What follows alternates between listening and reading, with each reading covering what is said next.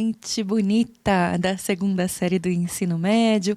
Como vocês estão? Espero que todo mundo esteja bem, disposto, disposta, com saúde, né? Nesse tempo friozinho que a gente está aqui no nosso estado de São Paulo.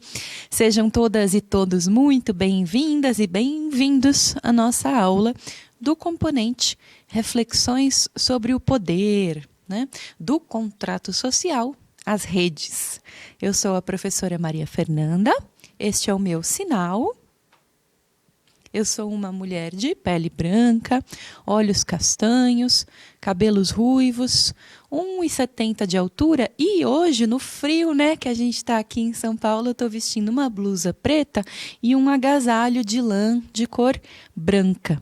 Aproveito para saudar, né, dar as boas-vindas ao nosso intérprete de Libras que está aqui hoje com a gente, está sempre com a gente, né, democratizando o acesso às nossas aulas aqui do Centro de Mídias da Educação, então seja muito bem-vindo. E a gente vai seguindo aqui, então, com o início, né, da aula do nosso aprofundamento, hashtag Quem Divide Multiplica. Dentro desse aprofundamento, pessoal, a gente está fazendo aqui o percurso, né, da unidade curricular número 1, que se chama Números Também Importam. E dentro desse aprofundamento, dessa unidade curricular, a gente está agora na atividade 4, tá bom? Então, só para a gente se localizar um pouquinho aí, o nosso componente Reflexões sobre o Poder é composto por 5 atividades no total. A gente está agora na aula 2 da atividade 4, o que significa que a gente já caminhou aqui juntos um bom percurso, né? Que a gente já viu diversos temas, autores, conceitos e que a gente já passou lá da bandeirinha da metade do curso. A gente vai se aproximando, então, do seu final. Hoje, a gente vai falar especificamente sobre um autor francês, que é o Michel Foucault, e que é muito interessante de ser tratado, principalmente nesse tema em que a gente está se debruçando agora na atividade 4, que é o tema do poder institucional, né, do poder do Estado contra a vida dos indivíduos. Então, a gente vai falar sobre o Michel Foucault, mas antes da gente começar a abordar esse tema pelo viés desse autor, eu vou contar para vocês qual é a habilidade que a gente vai mobilizar, então, na aula de hoje. Ela vai aí na tela para vocês e diz o seguinte: utilizar as linguagens cartográfica, gráfica e iconográfica e também diferentes gêneros textuais e tecnologias digitais de informação e de comunicação, mas utilizá-las de forma crítica, de forma reflexiva e ética, em diferentes práticas sociais, em diferentes momentos, né, da nossa vida, incluindo, né, as práticas escolares.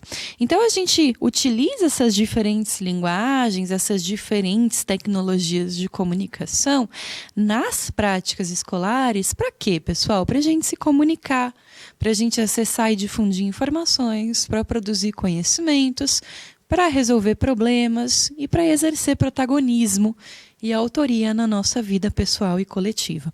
Fundamentalmente, essa é a habilidade que vem sendo mobilizada e trabalhada ao longo, né, de todo o nosso componente, e ela vem pareada com uma habilidade também de eixo estruturante que a gente mobiliza na aula de hoje, e que é a habilidade de levantar e testar hipóteses sobre temas e processos de natureza histórica, social, econômica, filosófica, política, cultural, né? Sempre contextualizando essas hipóteses e esses conhecimentos na nossa realidade local, utilizando procedimentos, né, adequados à investigação científica.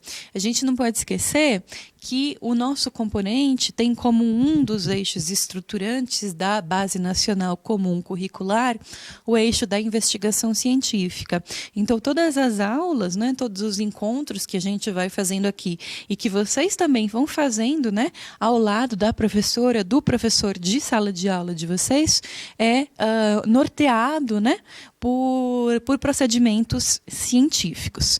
Então, a gente começa aqui retomando um pouquinho do que trabalhamos na nossa aula anterior. A gente está falando de investigação científica, a gente traz aqui, né, o que a gente conversou na nossa aula anterior, que já trazia o pensamento de Michel Foucault, esse filósofo francês que também vai estar caminhando com a gente hoje, o seu pensamento nos orientando ao longo da aula de hoje. Esse autor que nasce em 1926, falece em 1984, portanto, ele não tem uma vida muito longa, né? E a gente fica pensando, né, quantas mais obras, né, quantas mais ideias ele poderia ter nos legados se ele tivesse podido viver um pouquinho mais, né? Mas a gente tem bastante... A gente estuda, né, até hoje com muito afinco a obra do Foucault, porque ele descortina inúmeras possibilidades de analisar a nossa realidade, né? E quando a gente fala sobre castigo, punição, prisão, o poder contra a vida, certamente o Michel Foucault é um dos autores mais frutíferos, né, que a gente pode usar para isso. Então, na aula anterior, a gente falava sobre uma obra do Foucault que se chamava Vigiar e Punir. Vigiar e Punir é uma das obras mais conhecidas do Michel Foucault.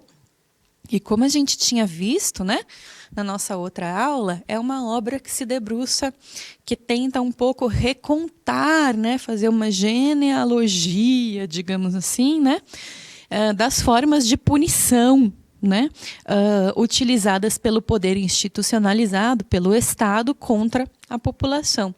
E aí, o que o Foucault contava para a gente, né, nessa primeira aula que a gente teve sobre vigiar e punir?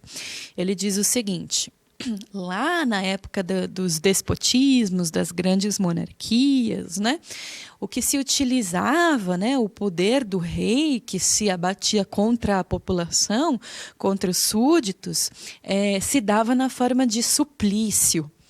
O suplício, né, pessoal, a gente tinha visto, era esse castigo do corpo.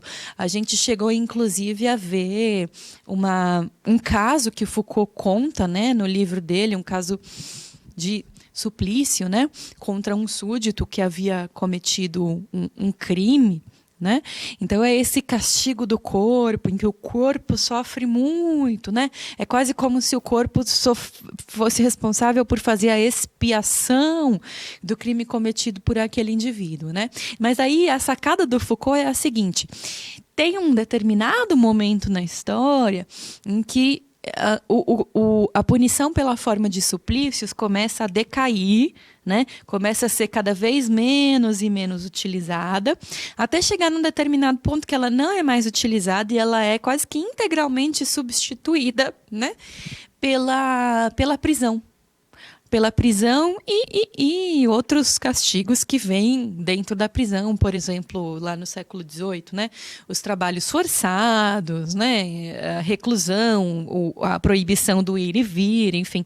Mas a sacada do Foucault é perceber que tem um dado momento que ele localiza mais ou menos ali no século XVIII, em que os crimes corporais cessam, então o corpo não é mais o objeto de punição, né, do poder, mas passa o objeto de punição, a localização da punição passa a residir na alma humana.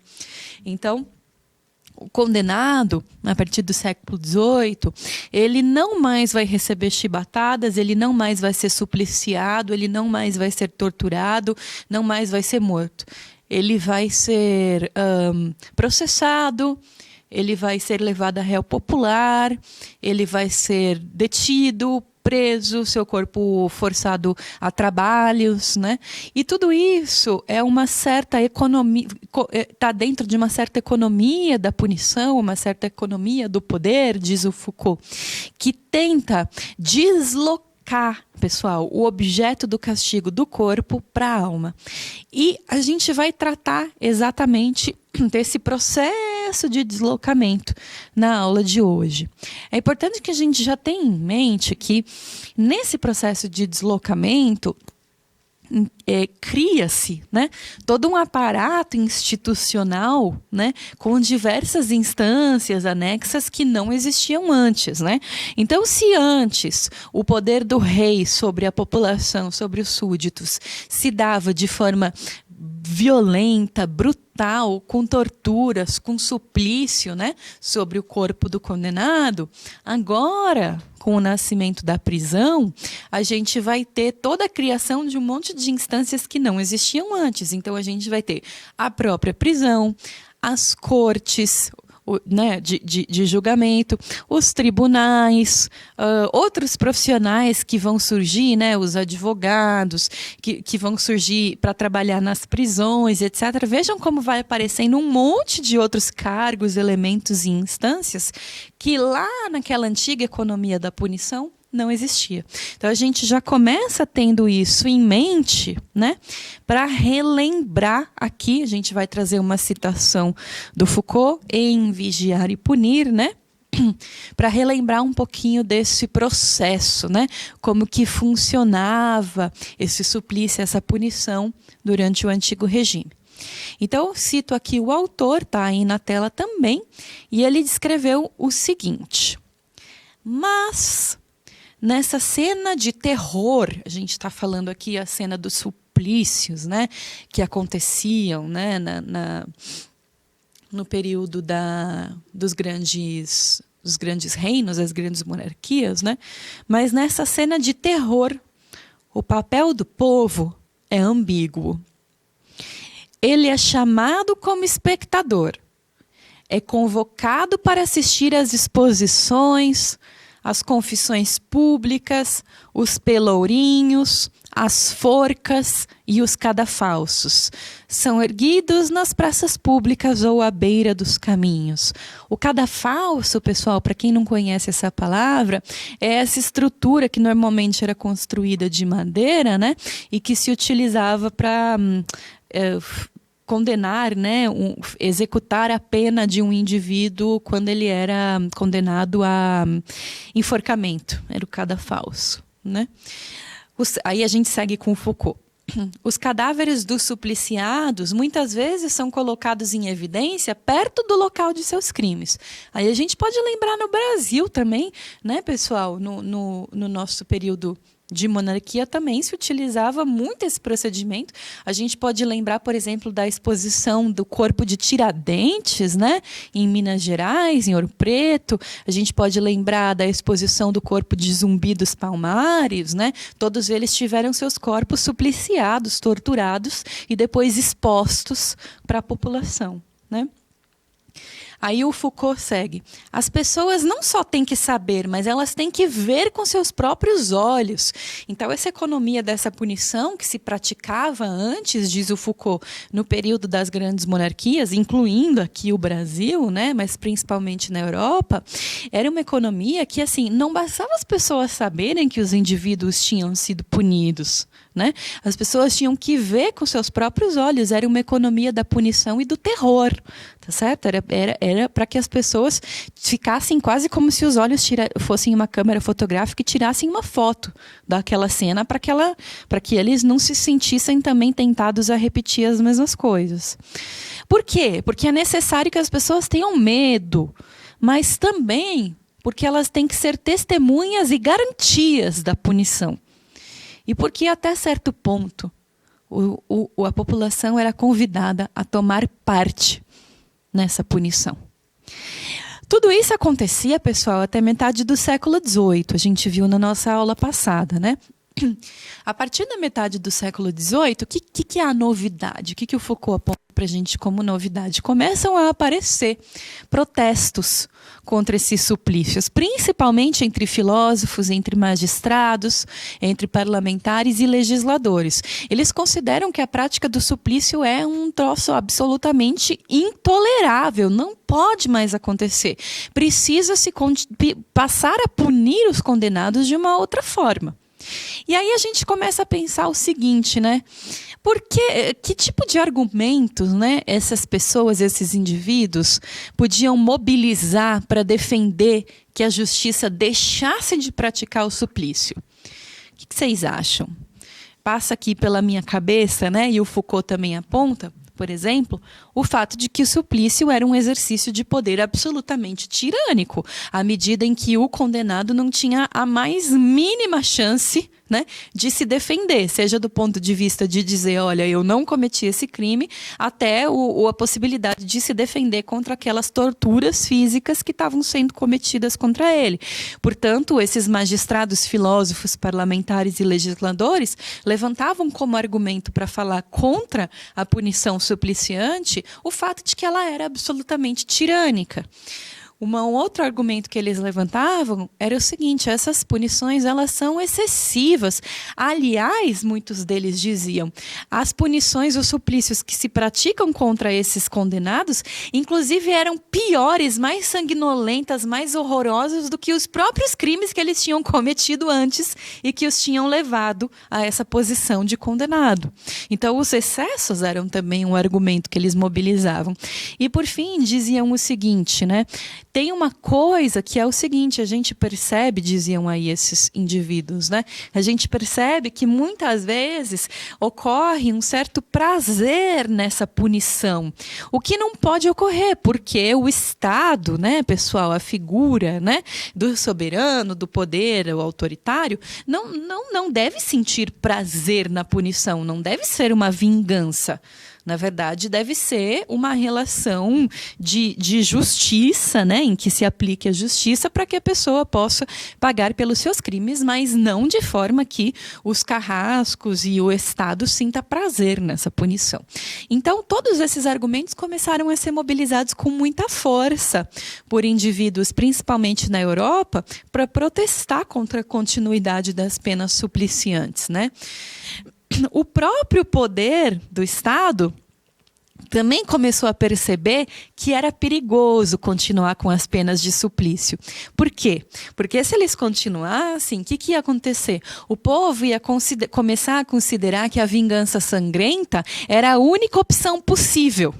Então, de repente, o povo poderia começar a praticar entre si, né, esses suplícios, porque se o Estado, se o poder está ensinando que essa é a única forma possível de lidar com um crime, o povo também poderia começar a praticar suplícios um contra o outro.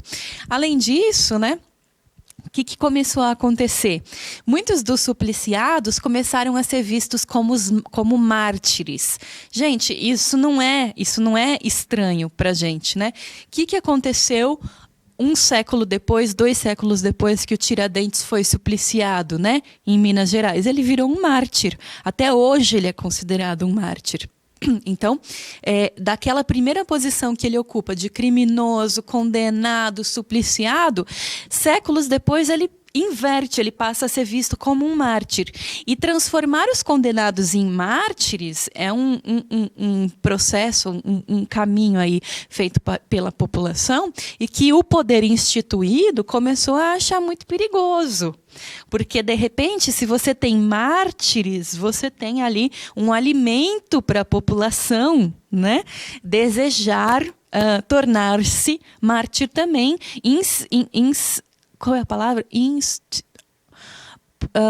Puxa, me fugiu a palavra, mas enfim, se colocando contra o poder também. No 19, né, esse homem descoberto no criminoso, esse homem que tinha uma alma, que não era só um corpo, né? Ele passa a ser, então, o objeto da intervenção penal. Então, não vai mais ser o corpo dele que vai ser supliciado, porque isso era perigoso, né? As pessoas podiam começar a entender aquela pessoa como um mártir, como um objeto de inspiração, prisão, né? Além disso, tinha também todos os protestos, né, dos intelectuais, os filósofos, os parlamentares, e aí se dá esse processo, então, em que o poder instituído vai deixando gradativamente de utilizar a pena do suplício do corpo para utilizar penas que passam a supliciar um outro objeto do condenado, não mais o seu corpo, mas a sua alma. E por que é que se deseja atingir a alma de um condenado através da prisão, através do julgamento público, né? Porque passa-se a considerar que, através do recurso à alma do condenado, aos seus pensamentos, aos seus sentimentos, e não mais ao seu corpo, seria possível corrigir essa pessoa, consertar essa pessoa, transformar essa pessoa. E aí vocês devem estar pensando assim, nossa, professora, mas que bonzinhos esses legisladores, essas pessoas, né, que vão causando, né, essas mudanças na pena ao longo dos séculos XVIII e XIX, né? Eles enxergaram a pessoa humana, eles enxergaram os horrores do suplício, eles enxergaram a esperança de que a pessoa humana possa ser transformada, possa ser corrigida, né? E aí o Foucault vai tirar o nosso cavalinho da chuva dizendo o seguinte: não é bem assim. Não foi exatamente por motivações humanistas que a pena de suplício foi deixando de ser utilizada para ser substituída pelas penas de prisão. Na verdade, diz o Foucault, o que se desejava e que foi se conseguindo ao longo das décadas era estabelecer uma nova economia do poder e da punição. O que era essa nova economia? Era remanejar o poder de punir da figura do rei para uma distribuição mais regular desse poder de punir entre o poder público. Então, não era assim, vamos punir menos sanguinolentamente. Não era isso. Na verdade, era o contrário. Era assim, vamos punir mais universalmente, vamos punir mais pessoas, vamos inserir mais profundamente o poder de punir no poder público e no corpo social. Porque, percebam, pessoal, se a gente voltar para a monarquia, né, brasileira, lá no 18, e a gente for pegar a figura de Tiradentes, vamos lá. Quantas pessoas estavam inseridas na conspiração de que Tiradentes fazia parte, né, em Confidência Mineira? Certamente inúmeras, né? Porém, nem todos foram punidos. O que aconteceu? O Tiradentes foi pego como bode expiatório, ele sofreu a pena supliciante, foi torturado, foi morto, foi esquartejado, seu corpo foi exposto aos pedaços, e as pessoas olhavam para aquilo e se sentiam temerosas. Eu não vou mais participar desse movimento aqui contra o poder, porque isso pode acontecer comigo, né? Então, uma pessoa era punida e todas as outras eram, no máximo, atemorizadas. O que esses legisladores estão fazendo ali, no 17 e no 18, no 18 e no 19, perdão, é dizer o seguinte: isso não basta, nós precisamos incutir, distribuir o poder de punir mais universalmente. E, para isso, a gente precisa deslocar a punição do ponto de vista do corpo para o ponto de vista da alma. E conforme vão acontecendo essas mudanças jurídicas, né, em relação à punição, diz o Foucault, vai acontecendo também um processo simultâneo, que é o seguinte, vejam aí na tela. Os crimes começam a ser menos graves. Então, em vez de cometerem-se mais crimes de sangue, né, crimes de assassinato, começam-se a cometer crimes de fraude, que são esses crimes de roubo, de furto, estelionato, né? E por que o objeto dos crimes começa a ser deslocado, né?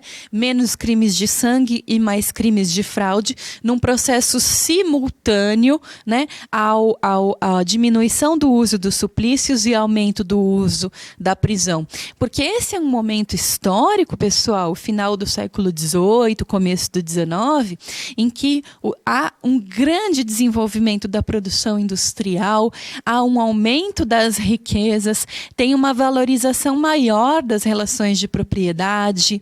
Então, começam-se a estabelecer classes sociais muito demarcadas. Aqueles que possuem capital, aqueles que possuem dinheiro, vão se distanciando cada vez mais daqueles que são, digamos assim, a ralé, considerada a ralé da população, os pobres, os trabalhadores, os proletários, né? Então, por conta desse processo de demarcação muito forte das classes sociais, ao mesmo tempo em que vão se deixando suplícios e aumentando as prisões, também vai mudando o caráter dos crimes que são cometidos. Não são mais crimes de sangue, de assassinato, são crimes de fraude, são roubos, são furtos, estelionatos que começam a aparecer cada vez com mais frequência, né?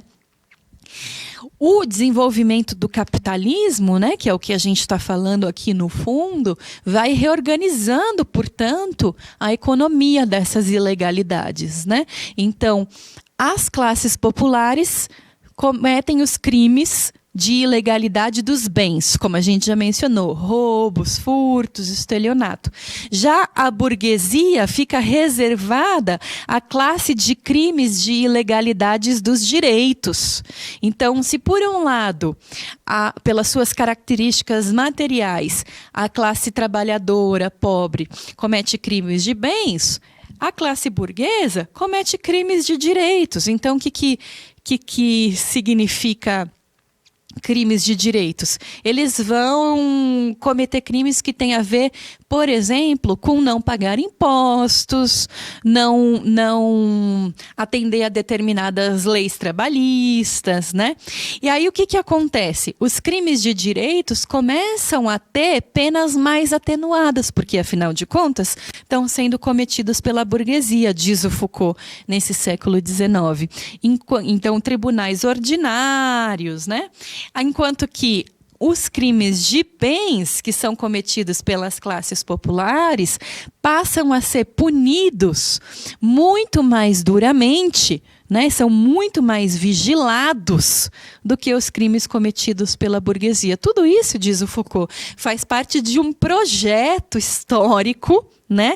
Aqui, ó, que tem a ver com a construção de uma gestão de ilegalidades que pune muito mais determinados determinados tipos de crime em detrimento de outros, tá certo? Então aí a gente cita o Foucault em Vigiar e Punir, que diz o seguinte: se por um sistema penal deve ser concebido como um instrumento para gerir diferencialmente as ilegalidades e não para suprimir a todas.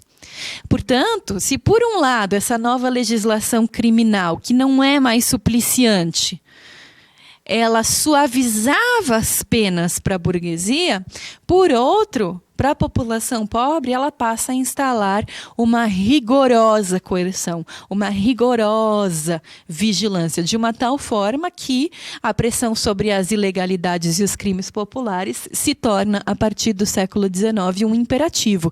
É preciso vigilar, é preciso monitorar e é preciso punir esse tipo de crime de bens. É por isso que, muitas vezes, pensando Foucault contemporaneamente, a gente tem a sensação de que alguns tipos de crimes são muito mais punidos do que outros, certo?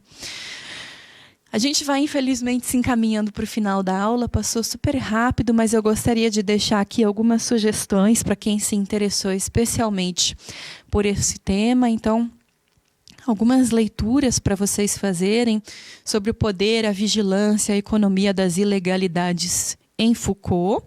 E, como não poderia deixar de ser, a gente deixa também o nosso roteiro do estudante com uma sugestão de atividade para vocês realizarem em sala de aula e que propõe o seguinte: em grupos discutam como se pode entender hoje o termo cunhado por Michel Foucault, o termo gestão das ilegalidades, que foi sobre o que a gente conversou hoje na nossa aula. Tá bom? Não deixem de avaliar a aula de hoje. A gente se vê muito em breve. Cuidem-se muito, muito e um grande beijo a todas e todos. Tchau, tchau.